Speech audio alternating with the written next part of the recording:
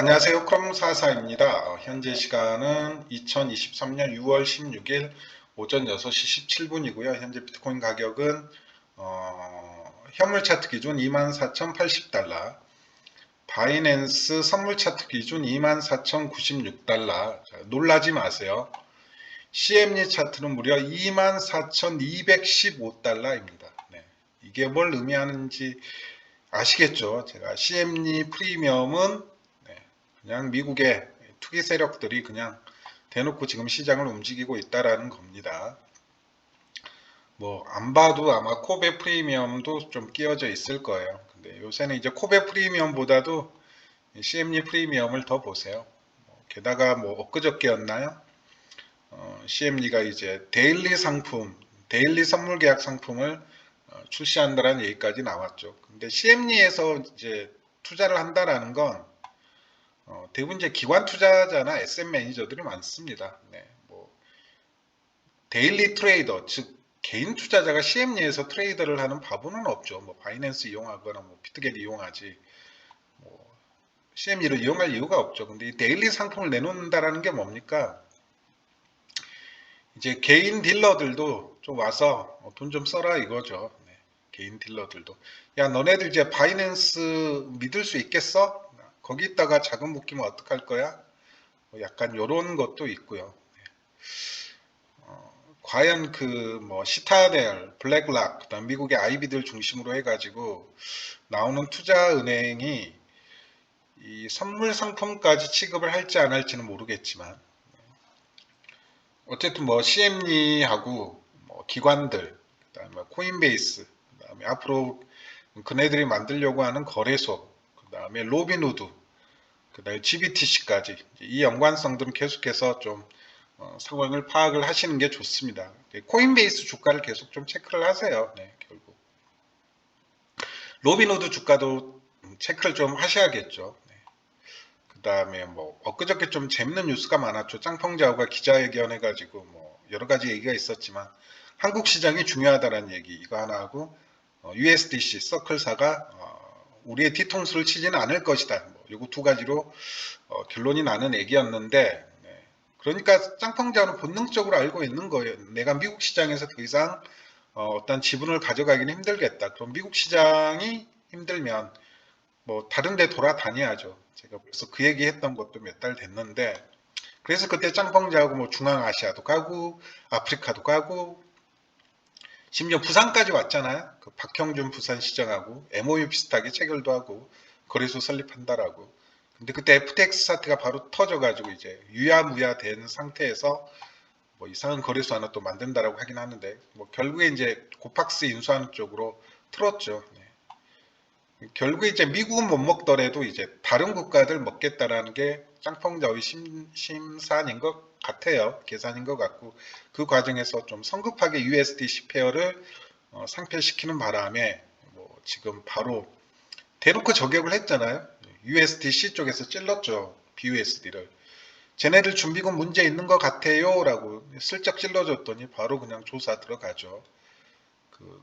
뭐 뉴욕에 있는 금융청하고 그다음에 SEC하고 동시에 치고 들어갔죠.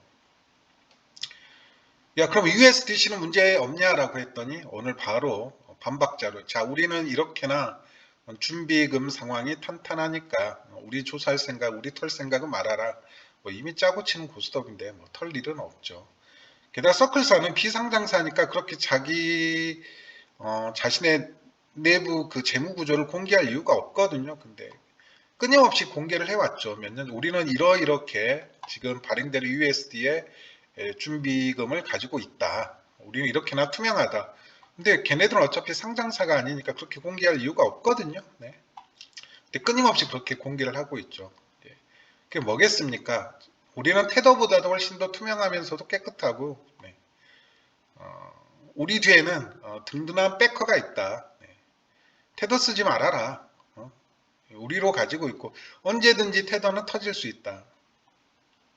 이미 UST는 조졌으니까. 그 다음에 자꾸 자체 스테이블 코인 만든다고 떠벌리고 다녔던 그 뽀글이도 조져놨고 BUSD는 이제 신뢰성에 한번 이제 금을 내놨으니까 항상 그런 거거든요. 확신을 이렇게 없애는 가장 쉬운 방법, 믿음을 없애는 가장 쉬운 방법은 의구심이라는 씨앗을 머릿속에 한번 심어주면 되거든요. 우리 이제 뭐 스테이블 코인을 스왑할 때마다 야 이거 BUSD로 해야 되나 테더로 해야 되나 USDC로 해야 되나 인식이 일주일 전과 지금 뭐 1년 전과 지금이 많이 바뀌었을 거라고요. 1년 전에 USDC로 스왑한다라고 그러면 미친놈 아니야? 테더로 가지고 있어야지 무슨 USDC야? USDC 어디다 써먹는다고? 뭐 디파이 하는 데나 쓰지 뭐 어디다 써 이렇게 됐을 거고. 근데 지금은 아마 자 내가 코인을 가지고 있고 그걸 스테이블 코인으로 스왑을 한다라고 합시다. 세 가지 조건이 있어요. 테더, BUSD, USDC.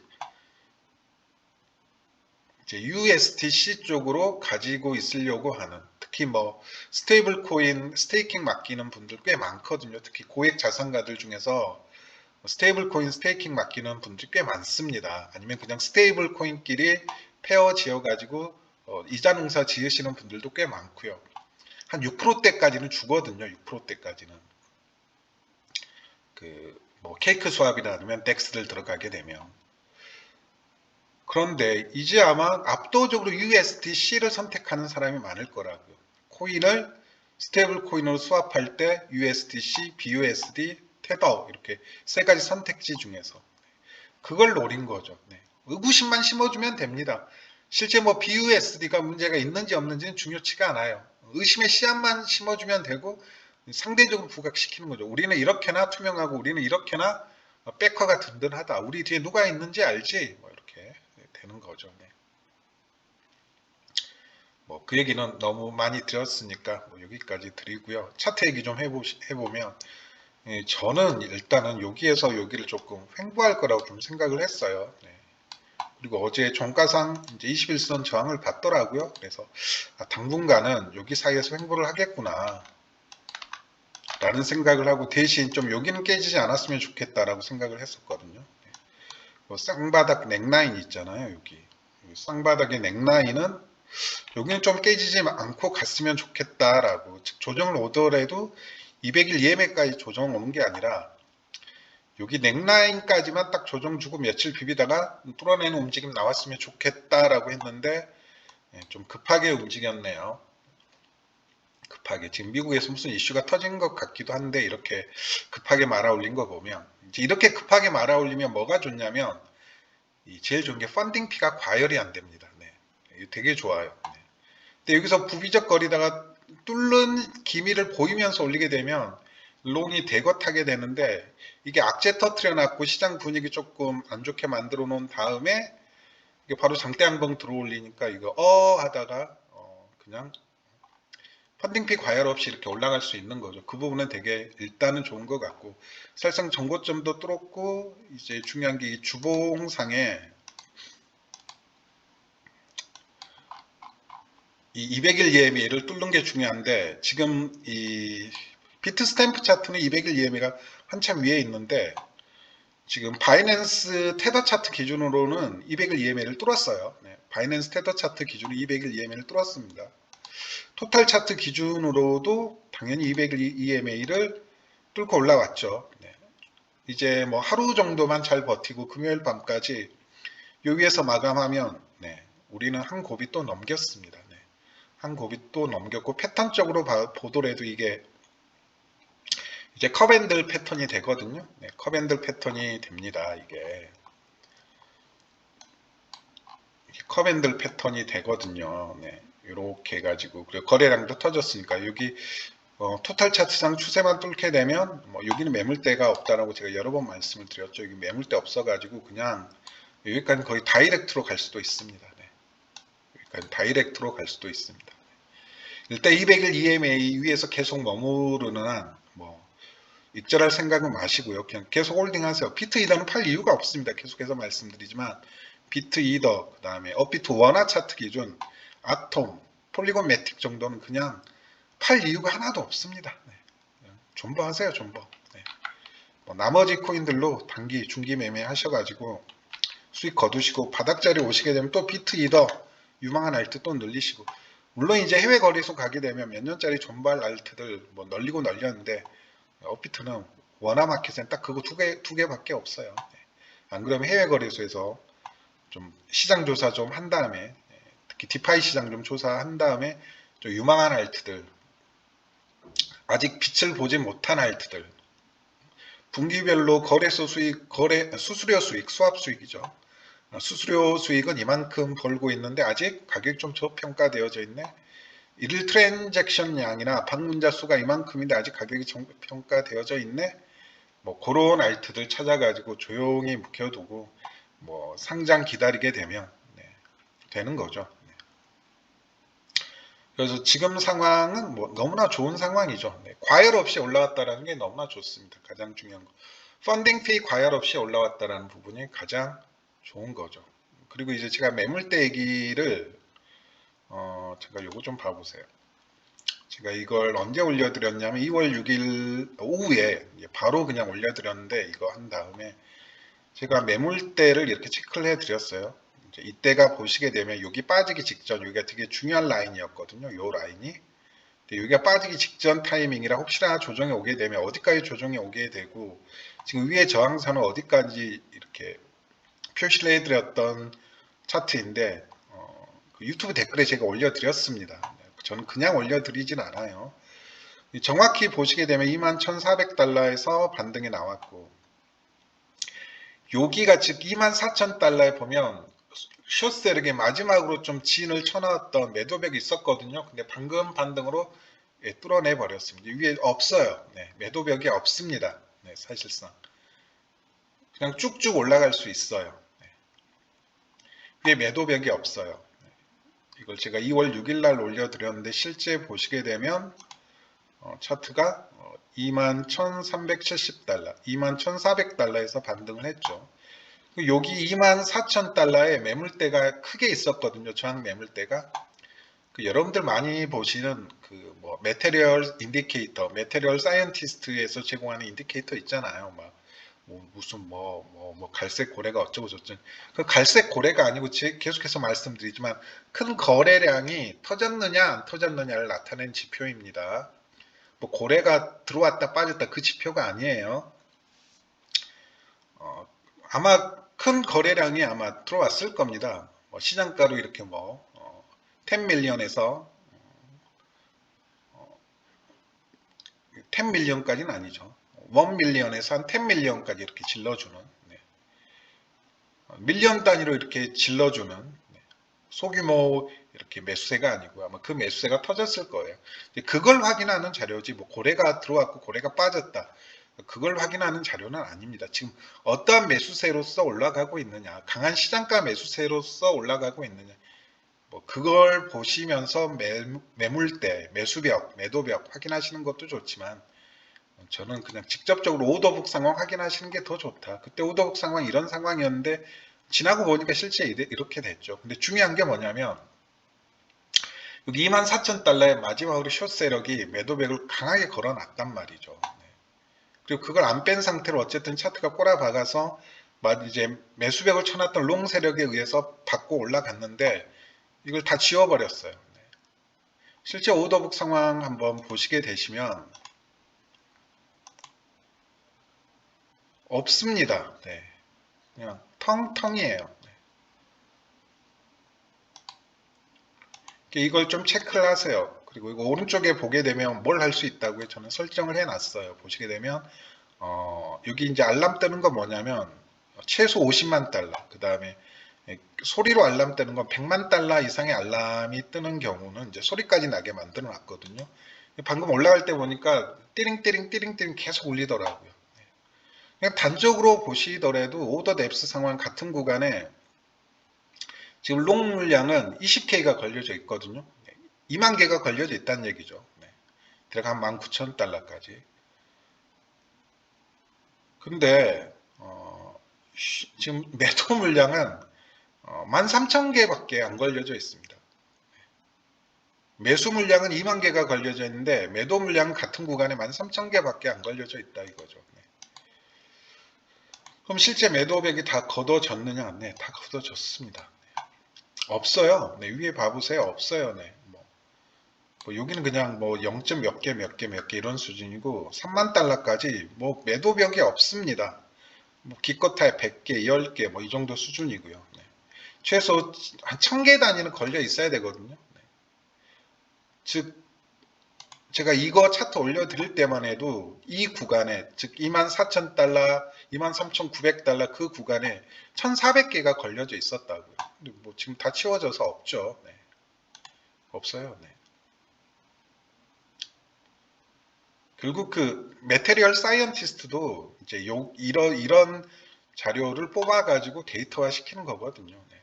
그냥 오른쪽 잠깐 보시더라도 뭐 47개씩 이렇게 아직도 긁고 있죠. 52개씩 뭐 긁어내고. 네. 이게 막 폭발적으로 뚫어낼 때는 막 경보음이 띠링띠링 띠링띠링 계속 울리거든요. 네. 그래서 이게 찐반인지 가짜반인지 확인하는데 제법 유용합니다. 네. 계속 모니터링하고 있을 수는 없지만 주요 구간대에서 한번 모니터링하고 계속해서 하루에 한 번씩은 매물대 정도 확인해 주시면 도움 많이 돼요. 네. 실제 뭐 이렇게 되잖아요. 네, 제가 말했던 대로 이걸 2월 6일 날 올려드렸어요. 네, 지금 16일인데 제가 점쟁이는 아닐 거 아니에요. 네. 뭐 결과적으로 이렇게 또 됐다 이거죠. 네. 뭐 지금은 사실상 네, 게임 끝이라고 보셔도 돼요. 네, 게임 끝이라고 보셔도 됩니다. 이제 뭐 진짜 상승장 나오는 거죠. 대신 이게 4개월에서 6개월이 갈지, 즉 올해 전반기 하고 한번 꼬라 박은 다음에 다시 갈지 쭉 올라갈지는 이건 아무도 모르니까. 네. 그러면 이제 제일 중요한 부분이 만약에 이게 온다고 그러면 여기에서 비트하고 이더를 털고 재매수를 해야 될지, 아니면 그냥 이 조정 처음 맞은 상태로 그냥 여기에서 비트 이더 한번 개수 더 늘릴지는 이건 자기의 자금 사정에 따라서 좀 생각을 해봐야겠죠. 물론 이렇게 곱게 올려주면 좋긴 하겠지만 한 번에 털이는 있을 것 같거든요. 그러면 4개월에서 6개월 정도 상승장, 6개월 동안 이거 쳐맞겠죠. 나머지 이제 1년 동안 상승장, 그럼 이제 2년짜리 사이클이 만들어지는 거죠. 네. 반등장, 조정 한번, 그 다음에 1년짜리 사이클 이렇게. 그럼 2년짜리 상승장이 딱 만들어지는 거고, 이게 2019년, 20년, 21년 1분기가의 사이클이었죠.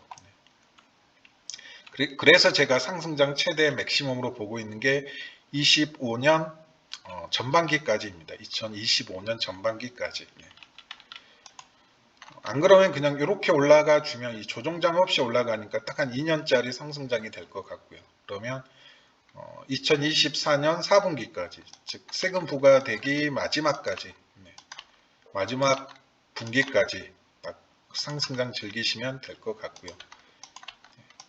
그냥 한 바퀴 이렇게 돌고 가느냐, 아니면 그냥 지름길 아우토반 타고 가느냐, 뭐 그 차이만 있을 뿐이죠. 계속해서 말씀드리지만 지금은 장기적으로 보셔야 되고, 계속해서 내가 과연 이 장기적으로 대응이 되는 포트폴리오인가, 항상 확인을 하셨으면 좋겠습니다. 오늘 방송은 여기까지고요. 구독, 좋아요 눌러주시면 더욱더 감사할 것 같습니다. 즐거운 일주일 마무리 되시고요.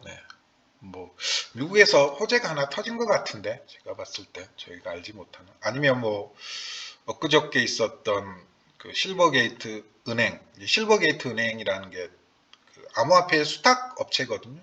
쉽게 말하면 이거하고 똑같은 거예요. 지금 어쨌든 뭐 시타델부터 해가지고 대형 증권거래소죠. 뭐 블랙락, 그 다음에 대형 IB가 은행하고 손을 잡고 거래소를 설립하는 거죠. 뭐하고 똑같나요?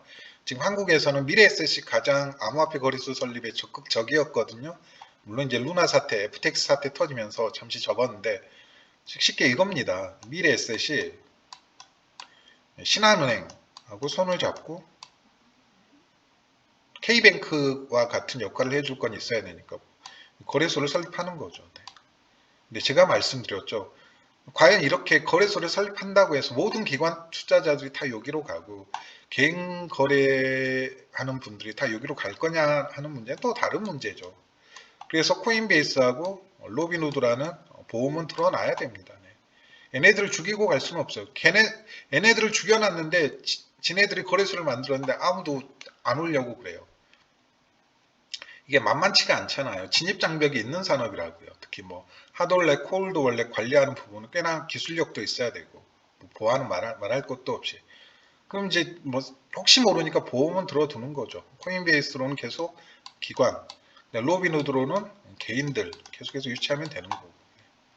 그래서 이제 자꾸 이제 로빈후드하고 커넥션이 있는 거예요. 실은 그냥 로빈후드를 뒤에서 사실상 조종하고 있는 게 시타델이죠. 그 다큐 보신 분은 아실 거예요. 제가 그 다큐 보시라고 그랬죠. 네.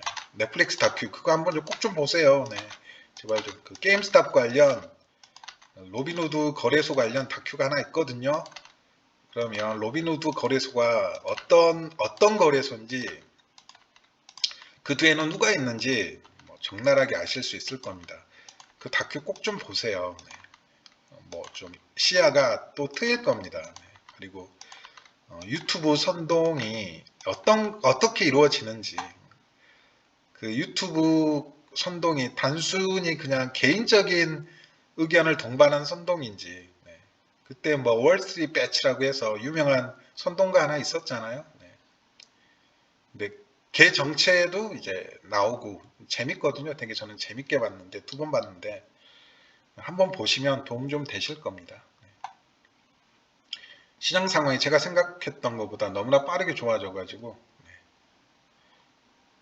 좀 놀랍네요. 네, 좀 놀랍네요. 네. 자, 오늘 방송은 여기까지입니다. 감사합니다.